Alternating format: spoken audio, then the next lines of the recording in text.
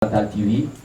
ñëw nañ tey ak wax suñu émission mi ngi tudd tout simplement jàkkaarloo ànd ak sama xarit sama doomu day à chaque fois moom mooy gunge ci li nga xamante ne mooy émission bi mi ngi tudd Yoro Sy nekk enseignant en même temps tamit nekk sama xeexandoo sama àndandoo sama lépp bu leen ko fàtte nag desaan jeudi passé j'étais pas là desaan Yoro bu fi nekkee maa fi nekk man tamit su ma fi nekkee mel ni Yoro nekku fi daf mel ni tamit Yoro moo fi nekk kon donc nii rek lay demee à chaque jeudi jële ko 21h ba 23h ak lu ko tegu tuuti bu leen fàtte ni tamit ku ñu nekkal ci wàllu cabine ci wàllu caméraman bi mi ngi tudd tout simplement moom tamit Madou Kati gis nañ liggéeyam trop macha allah ndaxte day taxaw ba émission bi jeex tak c'est pas facile bu ci sore tamit ndeysaan bu leen fàttali nag chaque émission dañuy ànd ak ki nga xamante ne ndeysaan xale yu ala dawme xale yoo xamante ne vraiment seen liggéey macha allah waxuma la sax ci biir région Tambacounda wala sax département bu Goudiri mais jëlee na ko fi nga xamante ne mooy niveau national ñooñu ñooy ñan waa Forum Civil ku ci mel ni Mamadou Racine Thiam tey moom moo représenté li nga xamante ne mooy waa Forum Civil fàttewuñu tamit ku ci mel ni ndeysaan kooku di monsieur Dembélé nekk professeur fële ci collège bu Goudiri moom tamit ñu koy bëggee bu baax nekk consultant bu jàkkaarloo moom tamit di bàyyi yitiyam di waaye soxlam di ñëw à chaque fois di représenté ndeysaan consultant yi fii ci jàkkaarloo bu Goudiri jàkkaarloo bu Oriental TV xam ngeen ndeysaan jeudi bi passé amoon nañ fi suñu benn daanaan suñu benn ndeysaan papa moom tamit moo nekk invité bi nga xamante ne mooy invité tey ba su jàkkaarloo bi jeudi bele tey tamit dañ ko indiwaat ndax lan ndaxte ndeysaan waxtaan bu am solo waxtaan bu jikki tey buñ fi teewoon ndeysaan fii ci Oriental TV ñu indiwaat ko ndaxte vraiment kontaan nañ trop ci li nga xamante ne mooy jeudi passé bi moo tax tey indiwaat ko koy kat le directeur ndeysaan école élémentaire bu Goudiri 1 tey mi ngi fi ak tamit sur le plateau tout simplement ànd ak ñun ci li nga xamante ne mooy jàkkaarloo bi moi nag je m'en nomme tout simplement di Hot on the mix foofu laay yem balaa ñuy sol rek dañuy jox li nga xamante ne mooy kàddu bi kooku di monsieur Sy Yoro mu ñëw ci pël ba léegi rek après mu wàccee ñu thème bi assalamu aleykum bandiraɓe sehilaɓe assalamu aleykum daroɓe programme uji Oriental TV ha ƴeeƴi émission moon jàkkaarloo comme no woori ni tan alkamisa fof émission moon jàkkaarloo 21h ha 23h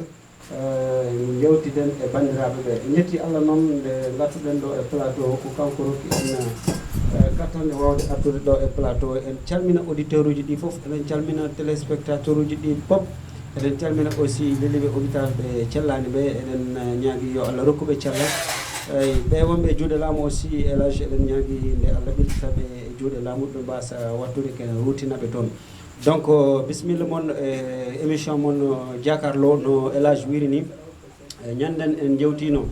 e thème he woni éducation systéme éducatif jewtunoɗen koko fate e jangde kono en garti ɗo hannde gam continde ha hannde e éducation mais hannde jewteten koko fate needi mawɗo e suka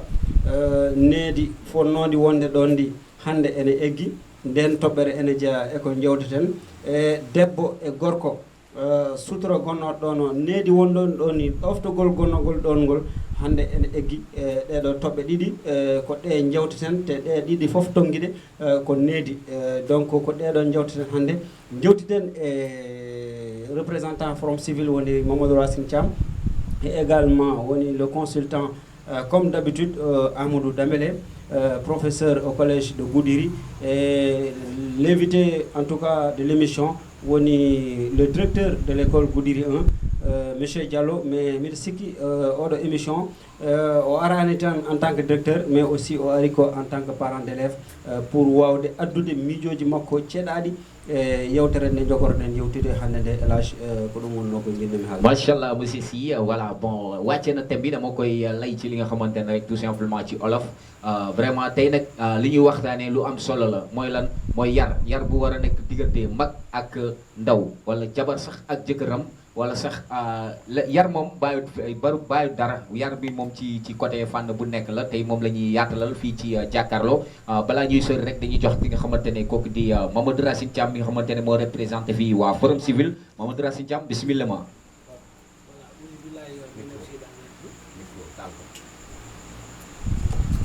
voilà élage ousubillahi minal cheytani rajim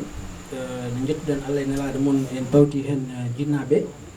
eɗen ñagono aussi waɗoɓe baɓɓe wonnoɓe wonɓe examen ɓe so tawi ɓuurale ɓamtarne hen yo Allah newnan ɓe so tawi aussi ko tana yo Allah baddin e so ɗum ɓenni aussi mi salmini ɓe gondumi plateau ɓe à savoir monsieur Dembélé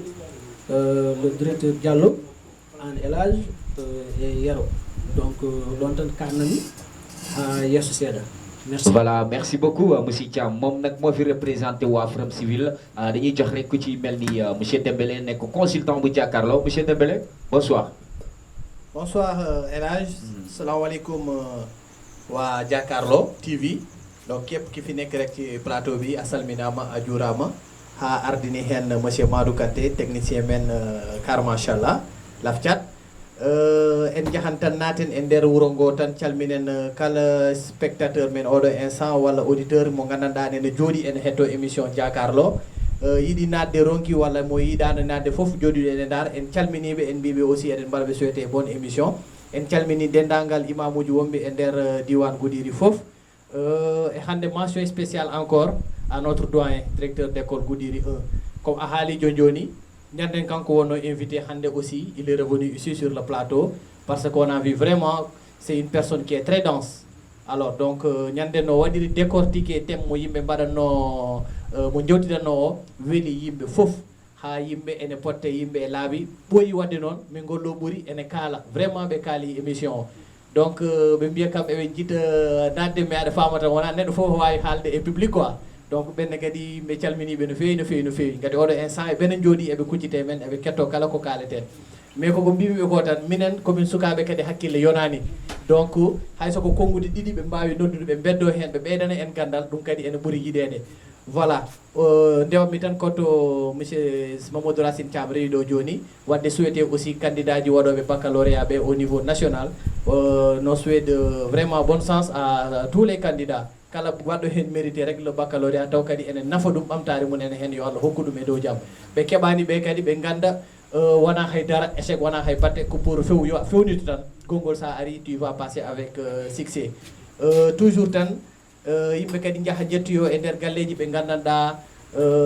ɓe wewdi ustiɓe e mabɓe ko wayno hande notre papa Lamma Niang papa Lamma gandanɗa sankima to France eɗen duwanomo yo Allah nde yurmotomo yafotomo juuɗe moƴƴe nde mbawata jaɓademo toon vraiment eɗen mbaɗa partagé aussi douleur o avec sa famille et également aussi toujours eɗen mbiya aussi yo leydi ɓuuɓ e dow makko woni mammen Isaga Opa ko hande o waɗanteno fidaw 3 septembre comme hitande foof donc bamun Eli hande kankone kadi o heɓani arde e plateau he voilà pour des raisons professionnelles donc mi haala ɗon tan ha yesso inchallah merci. Voilà merci beaucoup monsieur Dembélé léegi dañuy dalal rek ndeysaan suñu gan gi fii ci Oriental TV kon ni nga ko waxee rek ndeysaan monsieur Diallo bienvenue ci biir Jakaarlo. Merci monsieur Didier. Merci honorables invités sur ce plateau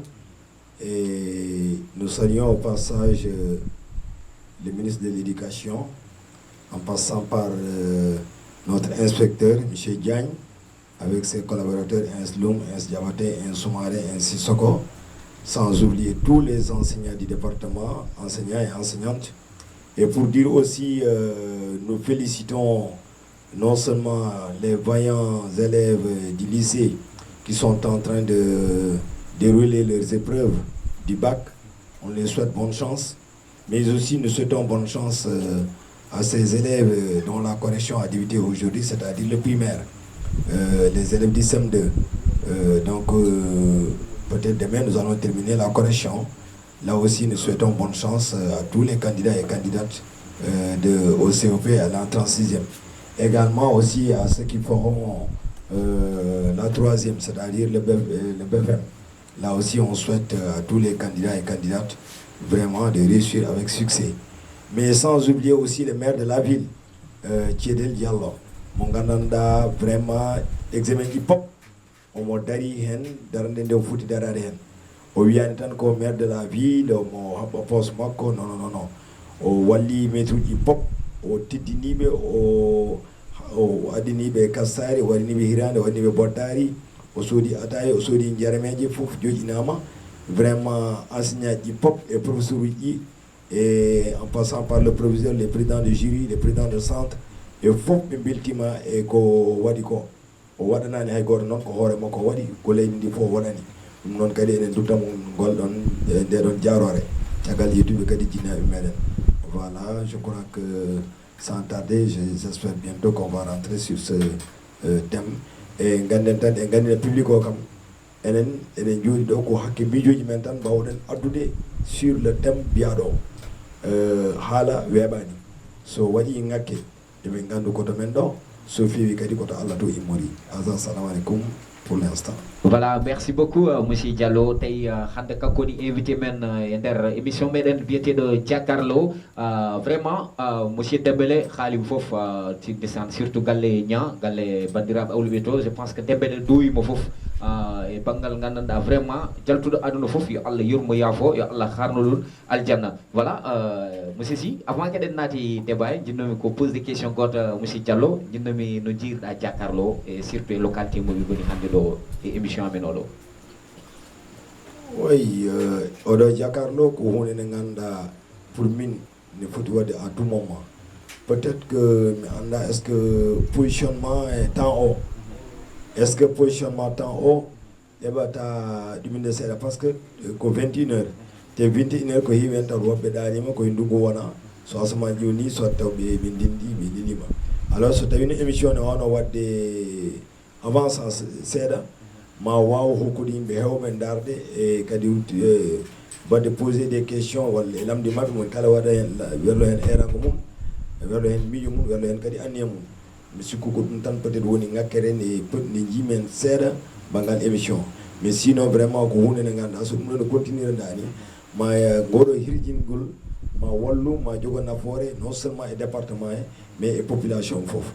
Voilà. Voilà, merci beaucoup monsieur Diallo. Xajotan yeen ñi di sétane li nga xamantene moy suñu émission Jakarlo, suñu émission bu ñuy safo ndamo képp ko xamantene rek tu veux participer dans l'émission nga bëgg woté ci li nga xamantene moy émission bi voici le numéro Madou da koy zoom légui onon gandanda yitbe gandanda waté participer émission yitbe gandanda noddibe wadde bedanda be gandanda mijoji kadi odon bay noddude numéro do gondo tow do. Voilà, avant de gondo yoro mi doggitete tan micro ha jontan yimbe bawnade yewterde fa yimbe kucci yewterde directement et hande c'est-à-dire jammo.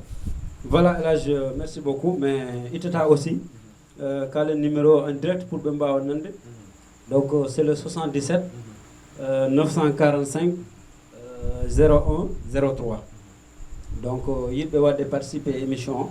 77 945 01 03. Naton kokon mijoji mun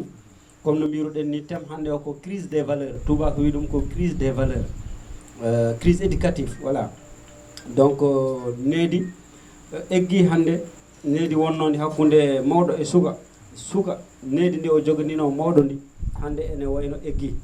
debbo no fotno hormorade gorko mun ni ɗofto ɗum ni ene wayno eggi. Donc ko ɗeɗon toɓɓe ɗiɗi no mbiruɗen ni ko ɗum woni ko jewtiden e bandiraɓe goto foof ene wawi addude hen miijo mum. Directeur no wiiri ni ko noon woori no Amadou Dambélé wiiri ni ko noon woori en jooɗaki ɗo wonde ko enen ɓuuri andude en jooɗaki ɗo wonde eɗen gandi foof no ko hunde nde eɗen jiɗinde tan en gardima hen wone woɓɓe. Donc eɗen cohli miijo goto foof kala ko neɗɗo ne wawi yiide hen taw ene wawi wajade en pour ɓeydo fewde ɓeydo eɗen fewnude eɗen mbiya ɗum bisimilla mum woni e miijo woni e domaine goɗɗo aussi. Donc là sans plus tarder puɗɗotoɗen tan ko needi ndi mbiɗen ndi eggi hande eɗen lamdo directeur en tant que parent d'élève également beele kanko omo gonɗini needi ndi eggi walla ala ndi eggani eyi.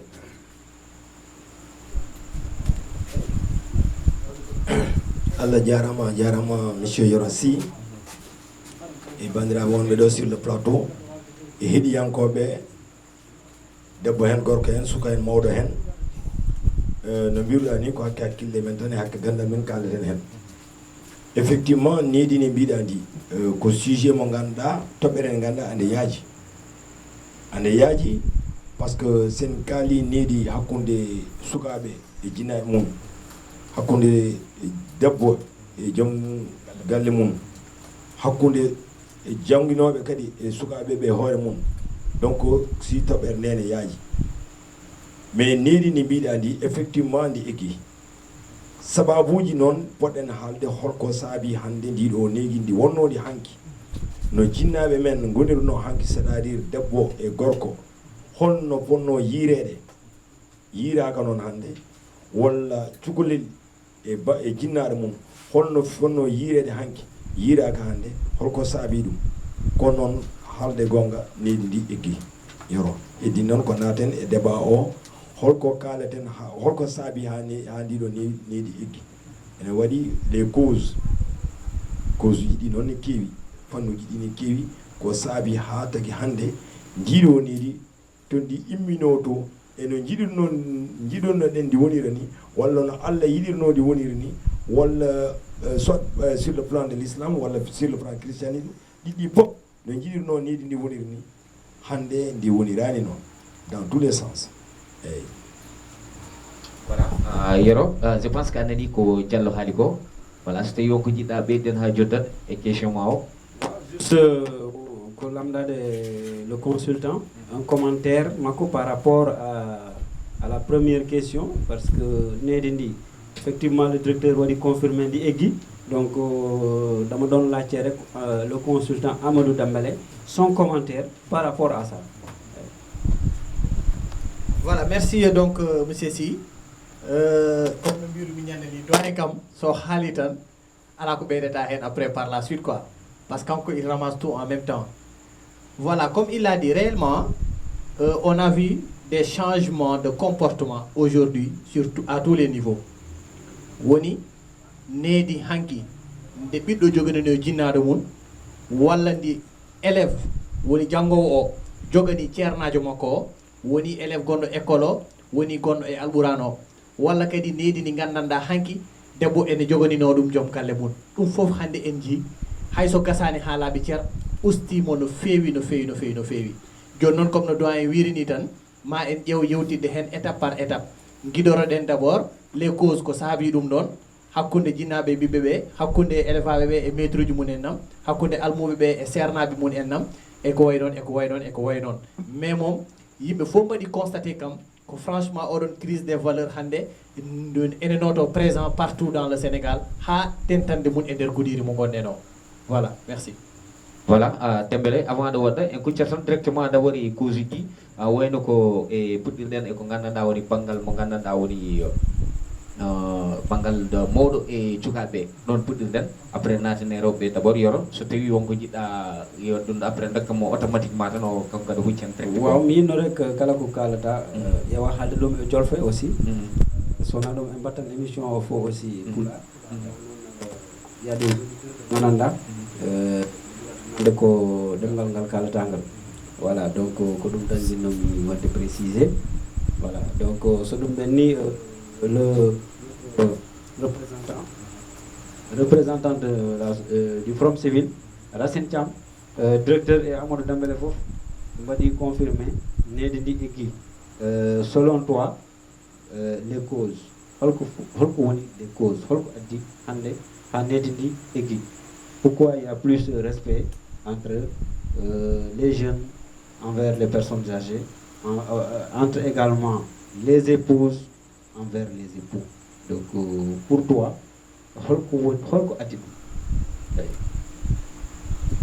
voilà donc Yaro mi weltima e question no feewi parce que oɗo question mom comme le directeur wini c'est une question qui est très sensible mais bon aɗa andi débat o waɗi ko thèse antithèse parce que quelquefois il y a des jeunes qui sont mal polis mais aussi il y a des jeunes qui sont aussi polis, n'est-ce pas voilà donc min mbiyami tan la cause bien les causes principales addi ɗum ko manque de communication entre l'enfant et ses parents par ce que hannde sa daari ko ɓuri hen heewde parents uji natti noddude ɓiɓɓe mum jordoye mum kalno ɗum ko woni aduna manam sa yi mawɗo ko ni poɗɗa jaggu ɗum sa yi mawɗo ko ni poɗɗa haalirde mum sa yi neɗɗo ko ni poɗɗa salminirde mum parents uji ɓuri hen hannde woni probléme mabɓe ko ndeɓe keɓiri dépense eɓe daara ndeɓe keɓiri dépense ɓe ɓuri hannde wadde occupé ko ndeɓe jewtira ɓiɓɓe mabɓe par ce que sa daari nden auparavant qu'est ce qu'on faisait on joɗat ene fof sala bon ɗe jaafoye konngol hayso coppe ma ari dardema saka suka debbo onon fof on joodoto jewton a faami so coppe o bulsima ko damal ngal hatta an natɗa a faami mais hannde holɗum waɗde a yiyan ɓinguel ma wonande suudu kañum tan jooɗo